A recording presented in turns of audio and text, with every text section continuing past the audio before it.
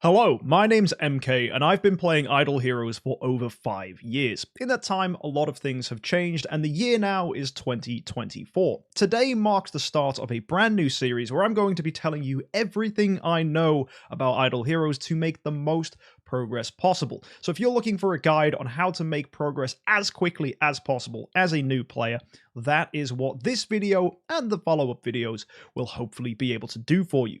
Now, the first assumption we're going to make for today's video is that you're a budget or free-to-play player. If you're a heavy spender, there's lots of different things and different ways you can approach the game to maximize your progress. So today we're focusing on budget and free-to-play players. There will be videos for spenders coming out in the future. Now, the second assumption I'm going to make is that you want to make progress, and that means you're willing to follow advice on optimal strategies to maximize how fast you can make progress in this game. The reason we like to make progress is so that we can unlock Transcendence Heroes, which are the strongest champions in Idle Heroes that you absolutely want on your team. And the more Transcendence Heroes you have, the more flexible you can be with your team building and the funner the strategies that you can implement on your account, and therefore the more fun you can have. So with today's video and advice, we want to be getting good progress on your account so that you can get Transcendence Heroes quickly. And finally, the last assumption we're going to make is that you log in daily and complete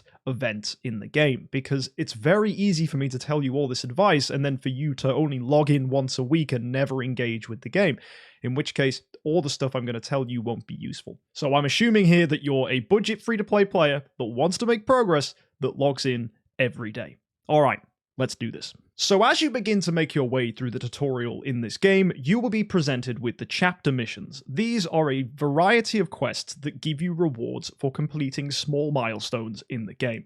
These are great, and the first thing you need to know about the chapter missions is that they will set you up with copies of this hero here, Garuda. Now, Garuda is typically a fairly average hero. She's not amazing, she's not a hero you want to be keeping on your account in the long term, but thanks to the chapter missions, you will get enough materials, such as these 5-star dummies, and resources to level her up to build her to a 10-star hero. So my first piece of advice for you guys is to follow these chapter missions pretty solidly, explore the different things that it's telling you to do, and prioritize building and progressing your Garuda. Now, eventually, you will be presented with the option to go into the guild and have guild tech. Guild tech is something that uses gold and guild coins to advance. Now, guild coins are a fairly easy resource to get as long as you're attacking enemies in the guild altar, which is something you will be told to do by the chapter mission, so hopefully you're doing that. Now, the guild coins should be used in Warrior, as Warrior is the class that Garuda is. Because Garuda is your first hero that you'll be focusing on, and the fact she'll be built up to 10-star, she is going to be your main hero for the beginning portion of the game. So the first thing you'll want to do is level up your Warrior's HP to level 10 and unlock the attack node, and you'll want to upgrade that as high as you can go, all the way to 50. And then what you can do is upgrade the rest of these to level 10. By doing that, you'll work your way around, getting upgrades to block, crit, to skill damage, and later speed. But by continuously going up, you'll eventually unlock Warrior Constitution, which will improve the HP and attack of your Garuda. Another thing you'll want to consider doing is fully upgrading HP as well. You might want to do that before you go around, it doesn't really matter, but ultimately the things you want to improve are HP, attack, and eventually Constitution here, which is more attack and more HP and skill damage. That's assuming you're going to get lots of guild coins. It depends how quickly you're making progress. The reason we're focusing on Warrior and not anything else is because we're only really worried about using one hero. A key concept in Idle Heroes is that one hero is your main hero at a time, and therefore you want to prioritize everything into that one character. All the other characters on your team are going to be used to support that hero to make them stronger. So we want to make sure we're upgrading everything in Warrior, whilst that's the only thing we can do, because we will be limited on guild coins. Eventually, you can reset this, and the first reset is free and costs you no gems, and then we can later use it for a different hero, which we'll be talking about later on. As you progress through the game as well, you'll be presented with the Celestial Island. The only thing you'll be able to enter is the ship graveyard, and when you complete this, you'll unlock new zones. The new zones will allow you to get 6-star copies of heroes, which you can use to upgrade your main heroes. The reason the Celestial Island is so good is it gives you 6-star puppets, and these puppets can be used to help improve your heroes, because the way the game works is that you feed other upgraded heroes to eventually build them up to the level of E5 and then even further beyond that. To level up a hero, you need to go to the creation circle, and in here we will go ahead and build heroes to various levels. Let's take this carry for example. To build her to 6-star, I need 2 copies and 4 heroes from her faction. Let's use these puppets for the example. To level her up even further, I can either choose to use the creation circle here, or I can slowly do it by going into her character copy.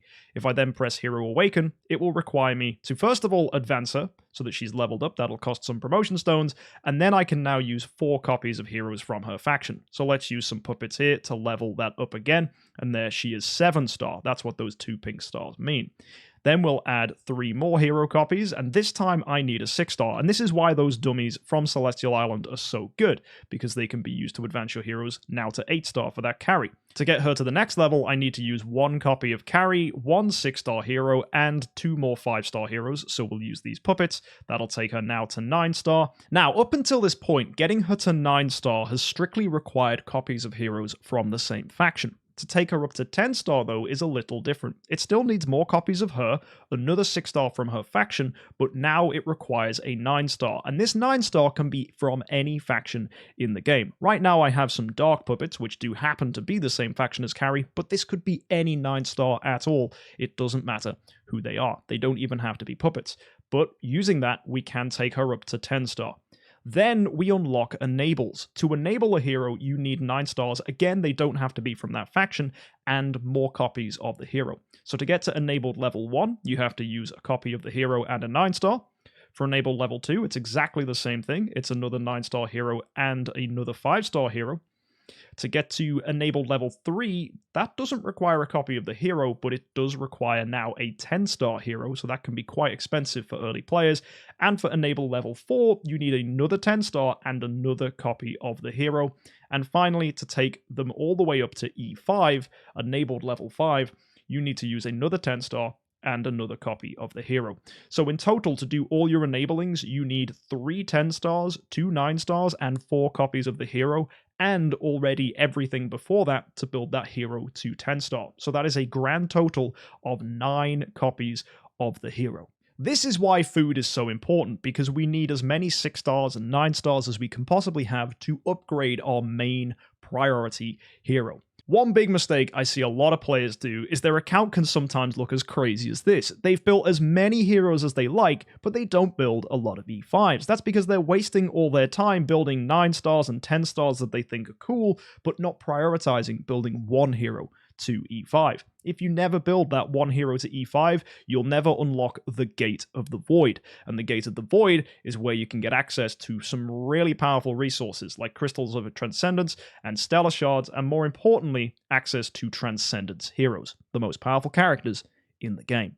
Sometimes whilst you're journeying through the Celestial Island, you will unlock an area called Dagon's Abyss. Currently, it's not available for me, and that might be pretty common for your account, but when it is available, it will give you a 9-star copy of a light or dark hero that you can use as food. It will be a 9-star puppet. And as you already saw, 9 stars are really useful because they can make you 10 stars and enabled heroes. So therefore, they're really valuable. Also, every time you come back from an adventure in the Celestial Island, you will get tech points, which you can use to improve the level of your ship. And I would prioritize improving your engine, because that improves the speed with which you complete these Celestial Island missions. The faster you complete the missions, the sooner you can get more tech points, and you can get more 6-star and 9-star hero copies, and therefore the faster you can get food, and the quicker you can make progress. So prioritize speed if you want to be making progress quicker than other people. Eventually as well, you'll unlock somewhere called the Temple Ruins, and this offers a 6-star in the Dark faction. You'll notice with a fully upgraded engine, this takes about 20 days to complete. And compare that to a faction like Fortress or Forest, they only take about 10 days. So why is it twice as long to go for a light or dark hero? The reason is because light and dark heroes are substantially rarer than the other heroes in the game. And for an early game player, it's very important that you try to get as much dark food as you can, because dark is the strongest faction in the game, except for Transcendence heroes, and for an early player, there will be a lot of dark heroes that you want to build. So sometimes it is worth to take those longer Celestial Island missions if you need to prioritize that food for the dark faction. Before we move on from the Celestial Island, there's one final trick that you can do that will get you more progress than other people, and that is to sell these bushes. It might sound weird, but if you go into the construct menu and then go ahead and click on these plants, you can destroy them and get all the stones of the void back that it costs to build them. They're here for some random reason that's really unhelpful, and a lot of players don't realize that they can destroy them. Destroying them allows you to go into the build function and build some really key areas. Most importantly, it allows you to get resource buildings and level them up. So what you'll want to do is go ahead and build every resource building you can, as that's just going to cost you gems and a little bit of gold. It's barely anything. Once you've built all these buildings, only level up the Stone of Void mines, as these get you more of those stones, and therefore are really, really important to level up first, because improving their level eventually gets you more stones in the long run. So once you've got both of these as high as they can go, to a point where you have to enter the tower, level up the tower, go back, level them again, and then make sure you keep doing that over and over again until your tower is at its max level, and these void mines are also max level. Because maxing the level on these eventually gets you more of those stones, which will be invaluable for getting resources. Because eventually what you'll want to do is have the furnace, and the furnace allows you to convert those stones into really useful resources. Most importantly, when the furnace is upgraded, it can get you Celestial Island resources, which are really valuable for players to improve their homes, which we'll talk about later on. And you'll also be able to get yourself Stellar Shards if you want. You can get yourself Crystals of Transcendence for Transcendence heroes.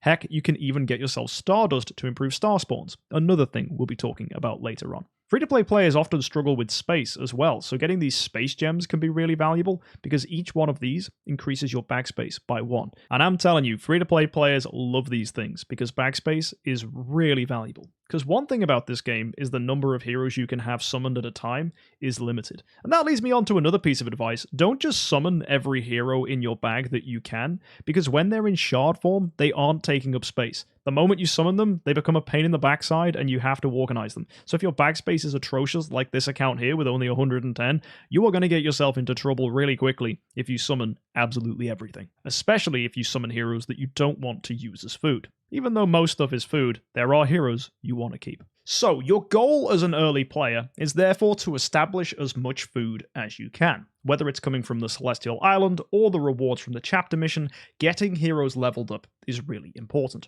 Once you've built that 10-star Garuda, it might be tempting to take her to E5, but to do that, as we said earlier, you will need a lot of 9 and 10-star heroes. My advice would be to build those 9 and 10-star heroes first, prioritizing heroes that you can comfortably use as food. Most heroes can be comfortably used to level up other heroes in this game. It's very unlikely that a hero is going to be strong. However, there are some exceptions which you will need to learn, but that comes with time and experience. If you're ever doubtful as to whether a hero could be used as food, or if you should keep them, be sure to ask our community in our Discord channel. Consider joining our Discord channel or engaging with more content. Eventually, you'll become very familiar with which heroes are good and which ones are bad, and I have videos dedicated to that kind of stuff, so we won't dwell on it today. However, if I mention a hero in today's video and you think, oh, that's someone I would like to build, then my advice would be don't feed them away, because, well, you need copies of them to build them. Either way, you will need to get a lot of 9 and 10-star heroes to build an E5, and that should be your priority, because you need to unlock the Void.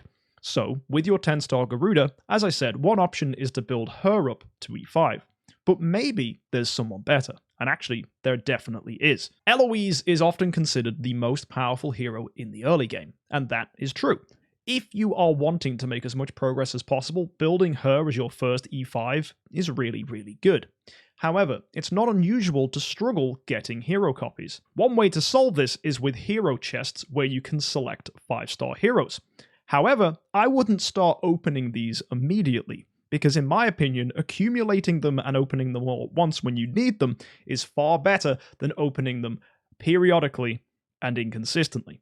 The reason is because what happens if you open a load of your chests to get all the Eloise copies you need, but you didn't have the food to build that Eloise? You're then left with 5-star hero copies of Eloise just sitting around in your bag that you can't do anything with, kind of like a lot of the heroes on this account, although that's because this is new. Let's say you then, from an event, got another Eloise as a reward. That means the chest that you used to open and get Eloise was wasted because actually you didn't need to open that for Eloise because you got one literally a few days later from a different event.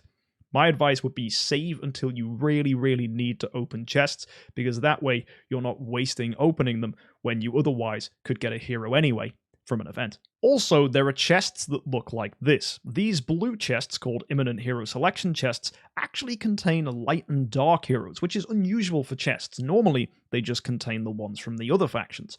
But the fact that these contain light and darks makes them significantly more valuable if you prioritize light and dark heroes.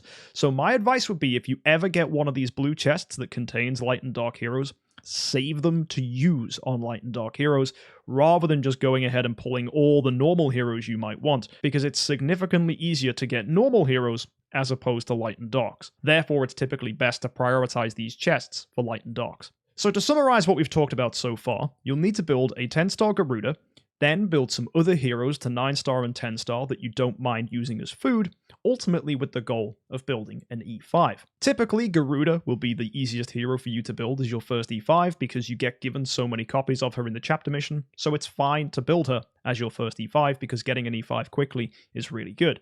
However, if you do happen to get 9 copies of Eloise, I would say go for her instead because she is more powerful. But ultimately, the goal of a free-to-play player or budget player is to have an E5 Eloise as your main character. So what happens if you do build a Garuda? Well, if you go to the monthly events, you have access to the Super Wishing Coin event, which when you do 50 Super Wishing Coins, you get 5 soul symbols. These 5 soul symbols should be used to regress your Garuda that you built to E5. To regress a hero, you click on the star, which takes you to their hero enabling, and at the bottom you'll see the convert button. At the top, you can either replace, which allows you to put in 9 copies of a hero from the same faction, and they will swap over, getting the level and the same stone as that hero, or you can regress them, which also costs 5 soul symbols and gets you all the resources you use to build that hero back, including all the gold and the spirit and the promotion stones needed to use that hero. That includes all the dust and gold you use to improve their stone as well. So if I go ahead and regress this Home Jung, you'll see I get all the food needed to build him, along with his armor, the golden spirit inside of him, and the dust on his stone and the promotion stones used to level him up. Stones are pretty valuable, but do be warned, when you go ahead and convert a stone, you do not get back any of that dust or gold. What you spend to convert the stone is lost forever. So let's assume at this point you've got your first E5, and if it was an Eloise, you've got her leveled up, or if it was someone like Garuda, you've eventually managed to regress them to build someone else. What do we do now? How do we build this Eloise? The first thing you'll need to do is, if you haven't already, get some resonance armor. This can be obtained in the blacksmith by going to the Grey Dwarf's Blessing and turning 6-star armor into class armor. You'll need Minstrel's Suit, as Eloise is a ranger, and then you can make it resonant by going ahead and adding 6-star armor alongside the Minstrel's armor. Plus, you'll need 5,000 gems and 200 million gold. That is quite expensive, but it's a one-time purchase, and that armor is super duper useful. On top of that, you'll want to get her a stone. I right now have attack, but that's not the stone I would recommend for you. I would say for most people, you want an attack HP stone, as that gives her good survivability and good damage, both of which will really help her to perform well, especially if you're a free-to-play or budget player.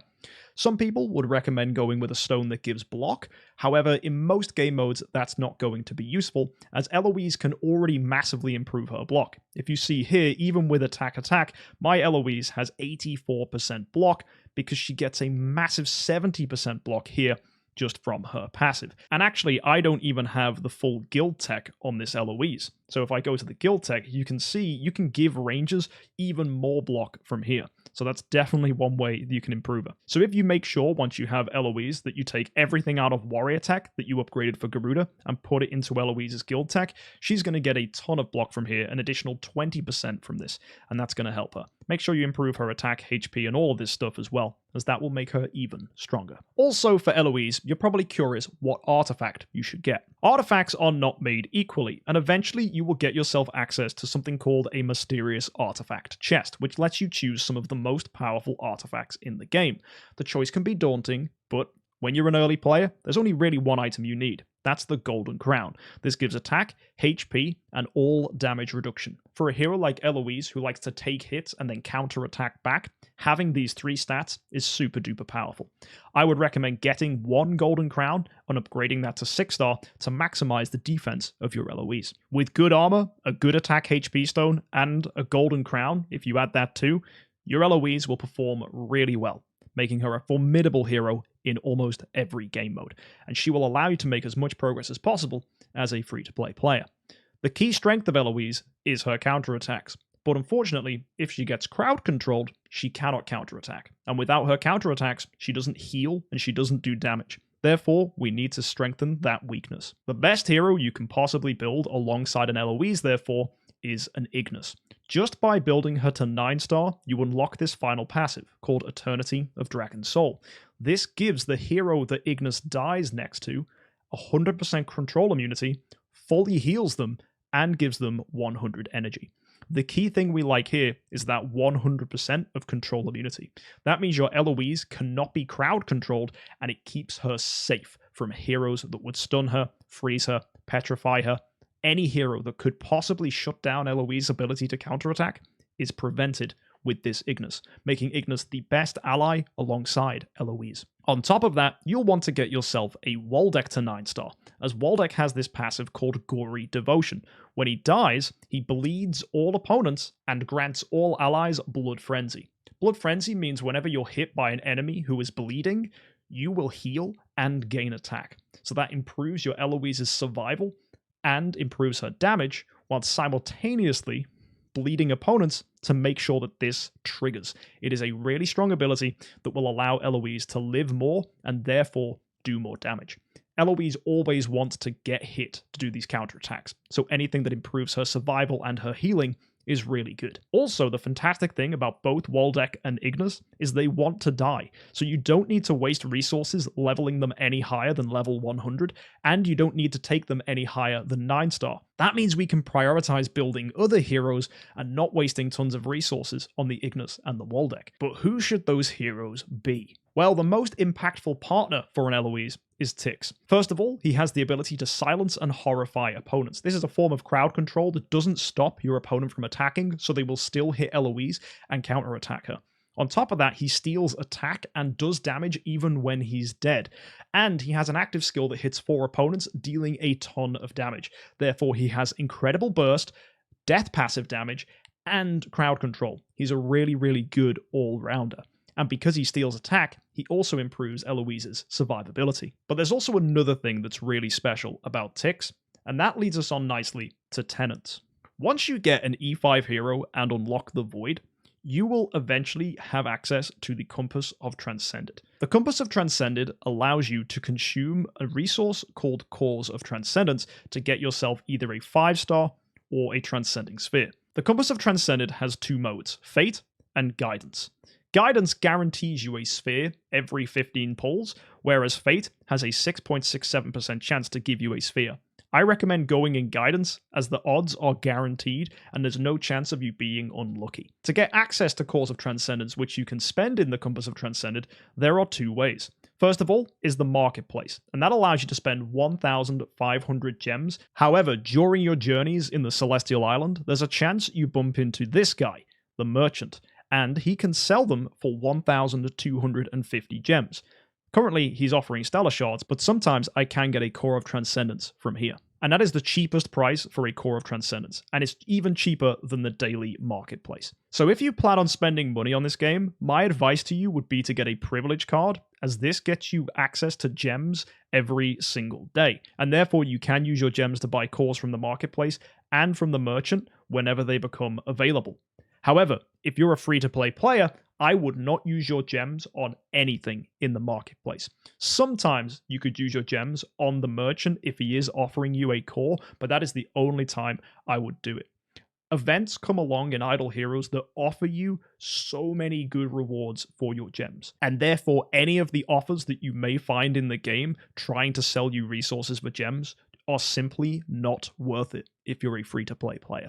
Save your gems, hoard them, and eventually you can use them for big events. That might seem counterintuitive, because if you want to make progress quickly, it may be your assumption that you need to spend every resource you have. This game isn't like a game like League of Legends where spending everything you can optimally is the way to go. Instead, Idle Heroes is a passive idle game where you want to be accumulating resources over time to eventually use during huge events throughout the year to get yourself a lot of rewards. Therefore, never use heroic summon scrolls unless an event is giving you huge rewards. It's very common for a free-to-play or budget player to maybe only do 2 heroic summon scroll events across the entire year. The same goes for things like wishing coins and prophet orbs. Save these like your life depends on it, because having those resources when a huge event comes around is so satisfying for big rewards. And if you spent them at another time without really getting much, then unfortunately you've wasted those resources and prevented yourself from getting big rewards. If you're ever curious about whether an event is good or not, I review them every Friday, so make sure you subscribe. That means when you get access to the big codes like IH999, which give you a lot of heroic summon scrolls, don't fall into the early player trap of using all those scrolls to try and make progress. The heroes you get from those scrolls early on really don't give you much, and it's way better to save them for big events. So feel free to enter the code and grab those scrolls, but don't use them. Save them for a big event. So now you know how to get Cores of Transcendence and what you should be spending your gems on, let's go back to the Compass of Transcended. You can choose 2 5-star heroes to have a higher odds of getting pulled. Early on, you'll want to make this Ignis and Waldeck. As we already said, they're really good heroes, so make sure you get those 3 Ignis copies and 3 Waldeck copies needed to build them to 9-star, but once you've done that, we'll want to be getting ourselves ticks, like I said earlier. For the Dark faction, you'll want to prioritize Carry. Carry can steal energy, and she will want to be the first hero you build in the Dark faction to 10-star. Once you have 5 copies of Carry, I would switch up to Drake. And what's really cool about getting yourself a Carry to 10-star is in the Glory Challenge, she'll get you 2 6-star puppets in the Dark faction. Those 2 6-stars are exactly what you need to build Drake to 9-star as well. And Drake's really cool because he offers the passive ability Defense Down, which removes all the defenses of opponents, making you deal a lot more damage. Between Drake and Carry, they're the 2 dark heroes you absolutely want to have, and after your Carry is 10-star, you can think about taking her slowly up to E5 as you get access to more imminent hero chests that contain those dark copies. So remember to save those, because Carry's a dark hero and really hard to get. As you're getting yourself 5 stars from the Compass of Transcended, you'll also be getting yourself Transcending Spheres, and they can be converted into 250,000 Crystals of Transcendence or Stellar Shards. Some people are tempted to go with Crystals of Transcendence because you need 5 million of them to build a Transcendence hero. This is one of the biggest mistakes that new players make and kills their progress, stopping them from making anywhere as much progress as they could do. Stellar Shards are far more important. These are the key resource in the game to level up heroes and make them as powerful as possible. Because Stellar Shards can be used to Void Imprint heroes, which is one of the most impactful things you can do. For Void Imprints, you need a total of 5 million almost to fully upgrade a hero to Void 4. But every Void node that you get is going to level up your hero's skills significantly, and it will also improve their attack and their HP, and eventually even their speed too. For someone like Eloise, you want to get her to Void 4 as quickly as you can, And therefore there's a common question of whether you should use 10 stars for each of these nodes because you need a 10 star to level up each one of these skills, or whether you should prioritize leveling heroes like ticks. But don't worry, that's a very newbie question because it gets way more expensive the further you go up here, and therefore you'll be getting 10 stars a lot faster than you'll be getting stellar shards. So my advice would be mix between leveling up your ticks and your LOEs, but ultimately by the time you can get your LOEs to Void 4, you should be able to have an E5 on your ticks as well. Once a Void 4 hero has been established, it's time to return back to the Celestial Island and go into the Cloud Island, as you will unlock the ability to build a house. In these houses, we put in our main hero and tenant heroes. If you're ever unsure who a tenant hero is, you can see this really helpful chart here that tells you every single hero. But we're concerned about LOEs. For each building that you build in the Cloud Island, you will gain additional attack and HP, but you have to put in one of these corresponding heroes. If you look at our friend Eloise here, she needs for tenant spot 4 Carry, who we will definitely be building, and Tix for tenant spot 3. Good thing they're two really strong heroes that we want on our account. We'll also want someone for tenant spot 2 and tenant spot 1. For tenant spot 1, my advice would be on Kiramaru, this guy here with the red mask. Even though he's just an average hero, he doesn't have some incredible abilities, he does have some small buffs he can lend to your team. But more importantly, he is a warrior, and warriors give really good stats when they're tenants. On top of that, he's also a tenant for some of the most powerful heroes in the game you'll be building later on. If you take a look here, you can see he's a tenant for someone like Mockman, if you wanted to build him as a Transcendence hero, or the more popular Lord of Fear Aspen needs him for tenant spot 3. Therefore, that Onkiramaru is going to be really valuable on your account. And for tenant spot 2, you've got Saja, Jara, and Gustin. There's a huge debate whether you should go with Jara or Saja, but typically I would recommend Saja because it doesn't really matter which one you choose, and Saja is a fortress hero, and therefore you get yourself some added rewards. Firstly, you'll need someone to beat the Seal Land in the fortress faction, and Saja can do that. On top of that, in the Glory Challenge, by building an E5 in the Fortress faction, you'll get yourself another 9-star hero. That's really nice. However, I wouldn't be upset with you if you went for Jara instead, as she is really easy to pick up, as she's a Transcendence hero, so she's available in these chests, which you will easily be picking up the longer you play the game. Look, I got 26 of these chests right here, and that's potentially a ton of Jara copies. Saja is a little bit more difficult to pick up, so I wouldn't really worry if you built Jara instead. Either way, it doesn't really matter who you build, just as long as you get someone here for Eloise, as having all your tenant spots filled allows you to get the most amount of attack and HP for your Eloise, and the stronger you make her, the more game modes she can beat. So your account should have at this point a 9-star Waldeck, a 9-star Ignis, an E5 Eloise, a Tix, and a Carry, and potentially some other heroes like that Onkiramaru or Jara and Saja that can be tenants for Eloise as well. You'll also probably have a 9-star Drake in there to give defense down to opponents, which can be really useful in boss fights. Either way, that's a lot of heroes to get you started. But you're probably wondering, what other artifacts should I have? Because right now, we've only suggested Golden Crown for Eloise. So let's go back to artifacts. The best artifact you can pick up second is a Melodic Strings. This gives attack, holy damage, and energy, and when upgraded, gives you access to all damage dealt, which improves the burst of a hero. Energy, when this is upgraded, allows a hero to do an active skill in round 1, meaning they don't have to wait a turn to gain energy. That means if you give Melodic Strings to your Tix, he's going to do huge damage immediately and potentially crowd control opponents, making life easier for your team. And if the opponents do attack, they'll have had their attack stolen, which means they won't do as much damage to Eloise. This is super useful. This also leads us to the key strategies that you'll want to use in campaign. Most of the time, you'd have been making progress in campaign by putting your Ignis, with her passive that gives Eloise 100% control immunity, next to your Eloise. And that should allow Eloise to beat most things in campaign. You put Eloise in your front row slot, you put Ignis next to her in slot 2, and Eloise will continue to counterattack, and when Ignis dies, she'll be control immune. This is a really good strategy for campaign, but you might face some opponents that Eloise simply cannot beat. This is where Tix comes in. With that Melodic Strings I recommended, he can do an active skill in round 1, dealing a lot of damage. But if we take Ignis and put her next to the Tix, when the Ignis dies, she'll give that Tix 100 energy, which means he can do an active skill the next round as well. In theory, if Ignis dies in round 1, Tix can do an active skill on the first round, and the second round because he'll have 100 energy on both. Those 2 rounds of massive damage are enough to allow Tix to beat things your Eloise simply can't, because Eloise really struggles against glass cannon opponents who can deal a lot of damage to her quickly, or enemies that will out-sustain her and be able to match Eloise's damage with healing. Tix says no to both of those things, because when he steals attack, he reduces an opponent's heal effect whilst also doing a ton of damage. Whereas for a burst hero who's a glass cannon, Tix can just one-shot them, making them no issue for Eloise. By using Tix alongside Ignis, we can deal with problems that Eloise with Ignis can't solve. Either way, it makes great use of your 9-star Ignis and only requires 2 E5s for you to beat pretty much all of the campaign.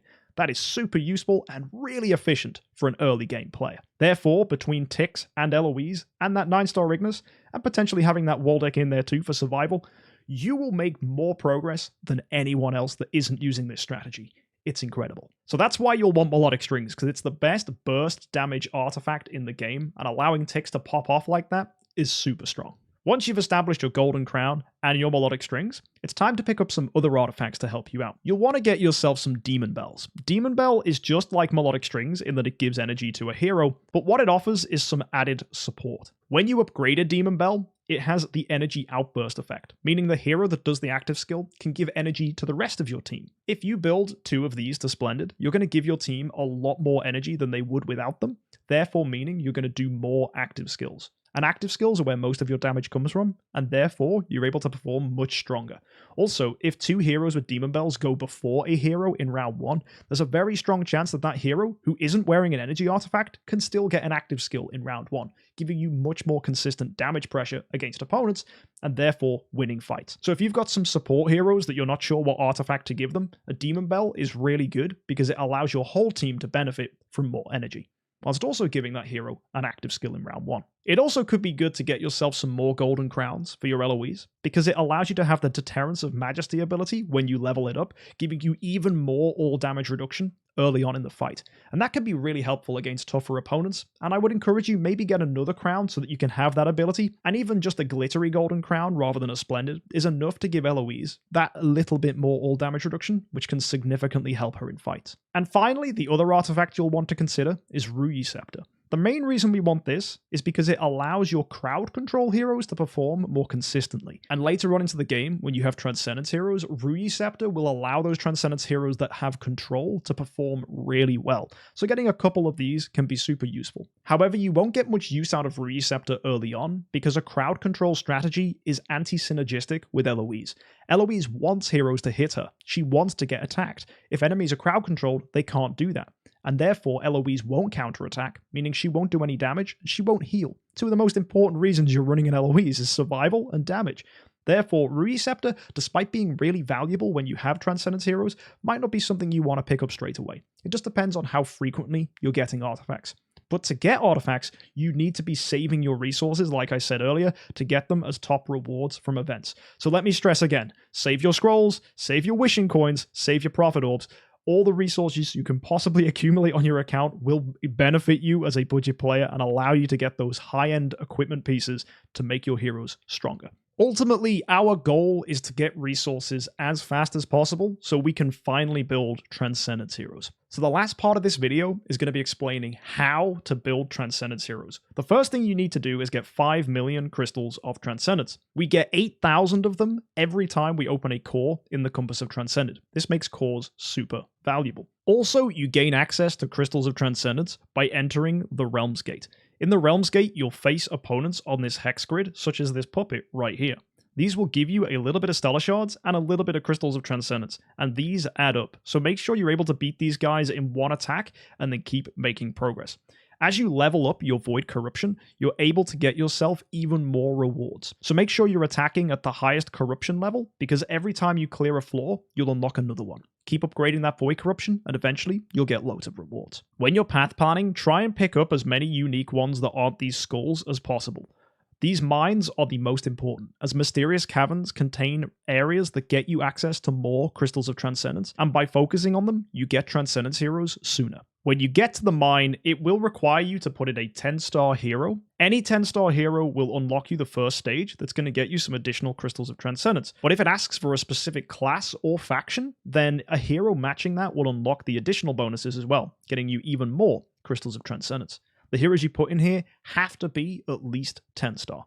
Therefore, there's a little tip I have for you. As you're making progress towards building E5s, it's okay to try and build 10 stars from different factions. See here, I have a Heartwatcher, an Andrea, a Carry. All of them are different factions and different classes. Heartwatcher's an Assassin, Andrea's a Priest, Carry is a Ranger. Even my Ignis is Abyss and a Priest, so that's really valuable. These heroes are covering the factions that I don't already have, and therefore gives me a higher chance of having everything those mysterious caverns need, and gets me the most crystals possible. So a little tip for you, try and build a lot of different 10 stars that also adds something to your account. Heartwatcher improves my damage. Andrea gives healing. These heroes I can just splash in on a team and get some value. That's why at some point you might want to take your 9-star Ignis to 10-star, as that allows you to have an Abyss 10-star that's also a Priest who can be valuable for you. Although, you might want to keep your Ignis around because she's really useful against waves that can crowd control you in the Realm's Gate. Therefore, you could consider taking Waldeck to 10-star, because he's a little bit more expendable, and therefore you won't miss him as much on your team. The other benefit to having multiple 10-stars on your heroes comes in the Void Arc.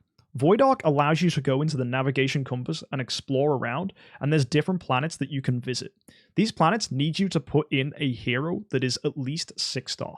Now, for the majority of people early on, it's difficult to have lots of heroes, but if you can try to have 15 heroes that are 6-star or higher, it allows you to be able to clear as many of these planets as possible. And these planets will give you small resource benefits, such as Stardust and Void Nars, and they're really valuable because they can be used to upgrade star spawns in the galactic tree. That leads us on to another thing with the Void, Star Spawns. These guys are really important because they give attack, HP, and special bonuses. In the case of the Spirit of Transcendence, he improves your all damage dealt. These can be obtained from eggs that you will periodically hatch, and sometimes you'll get a Star Spawn. More often than not, you won't. But the first egg you ever hatch is a guaranteed Star Spawn. Eggs are not made equally. As you can see, the Somber egg only has 3 Star Spawns in it, but the light one here offers holy damage, and the Transcendence one offers all damage dealt. These two are the strongest star spawns in the game, and therefore only hatch an egg once you have a Somber egg. Because you're guaranteed a star spawn from it, there's a really high chance that you pull either the Spirit of Transcendence or the Spirit of Splendor, and they're really strong and definitely worth building. After that, it doesn't really matter what egg you build, but when you get to 14 out of 15 eggs hatched, the next one, that 15th egg, is guaranteed to be a star spawn. So if you don't yet have all the star spawns from your Somber egg, consider again opening another Somber egg at that point, because you're guaranteed to get the one you didn't get initially. You get eggs from the navigation compass. These little stages here do offer you these resources, but sometimes an egg is an available reward. So as you explore around, hopefully you'll find an egg, and with it, you'll get yourself star spawns. One little thing to note though, is these mineral collectors allow you to explore these blue crystals here.